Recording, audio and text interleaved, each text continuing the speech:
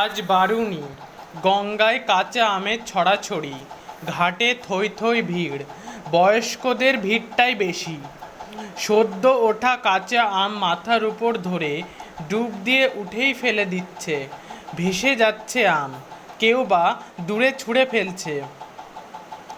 ছোট ছোট দলে ছেলেরা জলে অপেক্ষা করে আছে আম সংগ্রহের জন্যে, কেউ গলা জলে দাঁড়িয়ে, কেউ বা দূরে ভেসে রয়েছে।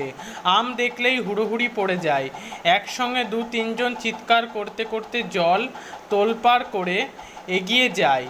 যে পায় প্যান্টের পকেটে রেখে দেয়, পকেটটা আমে ভরে গিয়ে ফুলে উঠলে জল থেকে উঠে ঘাটের কোথাও রেখে আসে।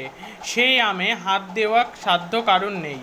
পরে আমগুলো ওরা বিক্রি করে পথের ধারে বসা বাজারে অনেক কম দামে। আজ গঙ্গায় ভাটা, জল অনেকটা সরে গেছে ঘাট থেকে। সিঁড়ি এবং তার দুধারে ইট বাঁধানো ঢালু পাড়ে শেষ হয়ে কিছুটা পলিমাটি, তারপর জল। স্নান করে কাদা মারিয়ে বিরক্ত মুখে উঠে আসতে হচ্ছে। তারপর অনেকে যায় ঘাটের মাথায়, ট্রেন লাইনের দিকে মুখ করে বসা বামুনদের কাছে, যারা পয়সা নিয়ে জামাকাপড় জমা রাখে, গায়ে মাখা সর্ষে বা নারকোল তেল দেয় এবং কপালে চন্দনের ছাপ আঁকে। রাস্তার এক ধারে বসা ভিখারিদের অনেকে উপেক্ষা করে, কেউ কেউ করে না।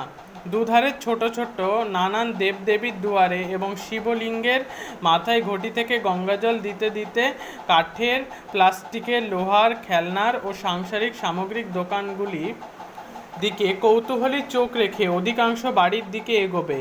পথের বাজার থেকে ওল বা থোড় বা কলম বা লেবু ধরনের কিছু হয়তো কিনতে পারে। তারপর রোদে তেতে ওঠা রাস্তায় খালি পা দ্রুত ফেলে বাড়ি পৌঁছাবে বিরক্ত মেজাজে। তেল চিটে একটা ছেঁড়া মাদুরে উপুর হয়ে বিষ্ণুচরণ ধরো দলাই মালাই করাতে করাতে বিরক্ত মুখে গঙ্গার দিকে তাকিয়ে। বিষ্ণুধর পাড়ায় বেশটাদা, আই.এ. পাস, অত্যন্ত বনেদি বংশের, খান সাতেক বাড়ি ও বড় বাজারে ঝাড়ন মশলার কারবার এবং সর্বোপরি 3.5 মণ একটি দেহের মালিক। ওরই সমবয়সী 40 বছরের একটি বিশ্বস্ত অস্টিন সর্বত্র ওকে বহন করে। বিষ্ণুধরের বিরক্তির কারণ, হাত 15 দূরের একটা লোক, পরনে সাদা লুঙ্গি আর গেরুয়া পাঞ্জাবি, কাঁধে রঙিন ঝোলা, তার দিকে পিটপিট করে তাকাচ্ছে আর মাঝে মাঝে মুচকি হাসছে। বিষ্টু বুঝতে পেরেছে লোকটা হাসছে তার দেহের আয়তন দেখে। এরকম হাসি বাচ্চা ছেলেরাও হাসে। বিষ্টু তখন দুঃখ পায়, তার ইচ্ছে করে ছিপছিপে হতে, কিন্তু বিষ্টু বিরক্ত হচ্ছে যেহেতু এই লোকটা মোটেই বাচ্চা নয়।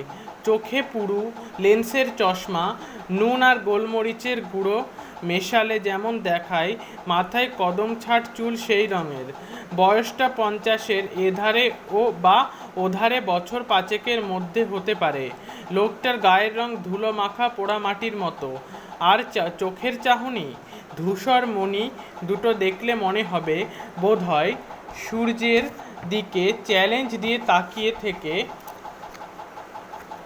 মণি কালো রংটা ফিকে হয়ে যাচ্ছে। চাহনিটা এমন দেখলে মনে হয় যেন তার মনের সঙ্গে মেলে না সেই সব ব্যাপারগুলো। ব্লো টর্চের মতো পুড়িয়ে দিয়ে ভিতরে সেদিয়ে যাবে। চোয়াল দুটোকে শক্ত করে ধরে আছে জেদ। মালিশোলা ডান হাঁটুটা বিষ্টুর কোমরে চেপে ধরে মেরুদণ্ড বরাবর ঘাড় পর্যন্ত দ্রুত ওঠানামা করাতে লাগলে পিস্টনের মতো। 10 এইভাবে হাঁটু ব্যবহারের পর মালিশওয়ালা নমস্কারের ভঙ্গিতে হাতের তালু জোড়া করে বিষ্টুর পিঠে জোড়া তালুর কোদাল চালালো।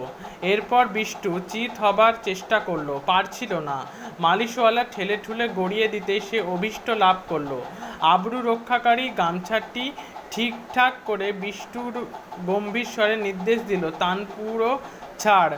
মালিশওয়ালা 10 আঙুল দিয়ে বিষ্টুর সারা শরীরের চর্বিগুলি খপাখপ খামচে টেনে টেনে ধরে ছেড়ে দিতে লাগলো। তবলা বাজা, মালিশওয়ালা 10 আঙুল দিয়ে বিষ্টুর গলা থেকে কোমর অবধি ধপাধপ চাটাতে শুরু করলো। চোখ বুজে প্রবল আরামে নিঃশ্বাস ফেলতে গিয়ে তার মনে হলো লোকটা নিশ্চয়ই এখন ফ্যাক ফ্যাক করে হাসছে। বিষ্টু তখন খুবই বিরক্ত বোধ করে বলল, সারেগামা কর। মালিশওয়ালার নির্দেশ পেয়ে আঙুলগুলো দিয়ে হারমোনিয়াম বাজাতে লাগলো বিষ্টুর সর্বাঙ্গে। আঙুলগুলো শরীরে কিলবিল করায় সুরসুরি লাগছিল এবং তার প্রতিক্রিয়ায় চর্বি থলথল করে কেঁপে উঠতেই বিষ্টু শুনল খুক খুক হাসির শব্দ। চিত হয়ে আকাশের দিকে তাকিয়ে বিষ্টু বলল, এতে হাসির কি আছে ইয়ে? সেকেন্ড 20 পরে বিষ্টু জবাব শুনল, মেসেজ হচ্ছে না সঙ্গীত চর্চা হচ্ছে? যাই হোক না কেন তাতে আপনার কি? ব্লাড প্রেশারটা মেপেছেন? আপনার দরকার? ব্লাড সুগার পরীক্ষা করিয়েছেন? কোলেস্টেরল লেভেলটাও দেখেছেন কি? কে মশাই আপনি? গায়ে পড়ে এত কথা বলছেন। চান করতে এসেছেন, করে চলে যান। তা যাচ্ছি, তবে আপনার হার্টটা বোধহয় আর বেশি দিন এই গন্ধমাদন টানতে পারবে না। কি বললেন? বিষ্টুধর উঠে বসার জন্য প্রথমে কাত হয়ে কনুইতে ভর দিয়ে মাথাটি তুলল, তারপর দুহাতে মেঝেই চাপ দিয়ে উঠে বসল। লোকটি কাঁচুমাচু হয়ে বলল, অবশ্য হাতি কিংবা হিপোর কখনো করোনারি অ্যাটাক হয়েছে বলে শুনিনি, সুতরাং আমি হয়তো ভুলও বলতে পারি।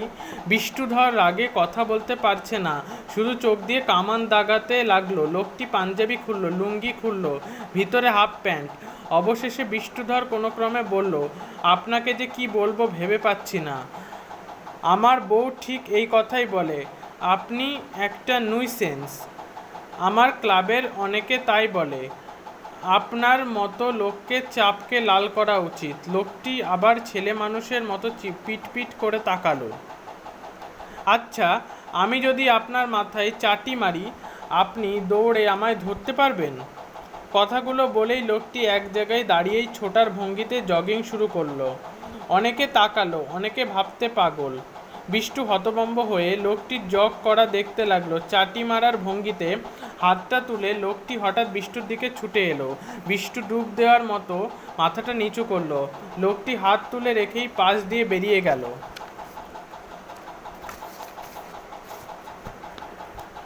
পারবেন ধরতে? যদি চাটিয়ে যায় আমার কিছু, কিন্তু আপনার থেকে অনেক বয়স। জগ করতে করতে লোকটি আবার এগিয়ে আসছে। বিষ্টুধর বুনো মোষের মতো তেড়ে ফুড়ে উঠে দাঁড়ালো। তাইতে লোকটি দাঁড়িয়ে পড়ল।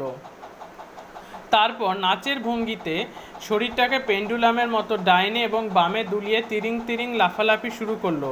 বিষ্টু থাবার মতো দুটো হাত তুলে অপেক্ষা করছে। দৃশ্যটা অনেককে আকৃষ্ট করলো। আমি রোজ এক্সারসাইজ করি, আইসোমেট্রিক, ক্যালিস্থেনিক, বারবেল, বুঝলেন, রোজ করি। দারুণ খিদে পায়। আপনার পায়? বিষ্টুধর কথা না বলে শুধু ঘোর ধরনের একটা শব্দ করলো। খিদের মুখে যা পায় তাই অমৃতের মতো লাগে। এই সুখ আপনার আছে?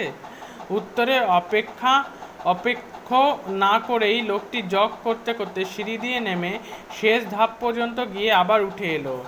3 বার এইভাবে ওঠানামা করে সে বিষ্টুধরের 5 গজ তফাতে দাঁড়িয়ে হাঁপাতে লাগলো। হাত দুটো নামিয়ে বিষ্টু তখন খানিকটা দিশাহারার মতোই লোকটির কাণ্ড দেখছিল। ওর চোখে এত রাগের বদলে কৌতূহল। মনে মনে সে ছিপছিপে শরীরটার সঙ্গে নিজের স্থূলত্ব বদলাবদলি করতে শুরু করে দিয়েছে। খাওয়ায় আমার লোভ নেই, ডায়েটিং করি, ভারিক্কি চালে বিষ্টুধর ঘোষণা করলো এবং গলা স্বরে বোঝা গেল এর জন্য সে গর্বিত। লোকটি 2 পা এগিয়ে এসে বলল, কী রকম ডায়েটিং? আগে রোজ 8 কিলো ক্ষীর খেতুম, এখন 300 গ্রাম খাই। জল খাবারে 20টা লুচি খেতুম, এখন 15টা। ভাত খাই মেপে 250 গ্রাম চালের, রাতে রুটি 12খানা। ঘি খাওয়া প্রায় ছেড়েই দিয়েছি, গরম ভাতের সঙ্গে 4 চামচের 1 বিন্দু বেশি নয়। বিকেলে 2 গ্লাস মিশ্রির শরবত আর 4টে কড়া পাক। মাছ মাংস ছুঁই না, বাড়িতে রাধা গোবিন্দ বিগ্রহ আছে, আর সপ্তাহে 1 দিন মেসেজ করাই এখানে এসে। আমার অত নোলা নেই, বুঝলেন। সংযম কেচ্ছা সাধন আমি পারি। হাটের ব্যামো ফ্যামো আমার হবে না, বংশের কারো হয়নি। বাজি ফেলে 70টা ফুলুরি খেয়ে কলেরায় বাবা মারা গেছে, জ্যাঠা গেছে অম্বলে। এত কেচ্ছা সাধন করেন, বাঁচবেন কি করে? লোকটি এগিয়ে এসে বিষ্টুধরের ভুঁড়িতে হাত বুলিয়ে দিল।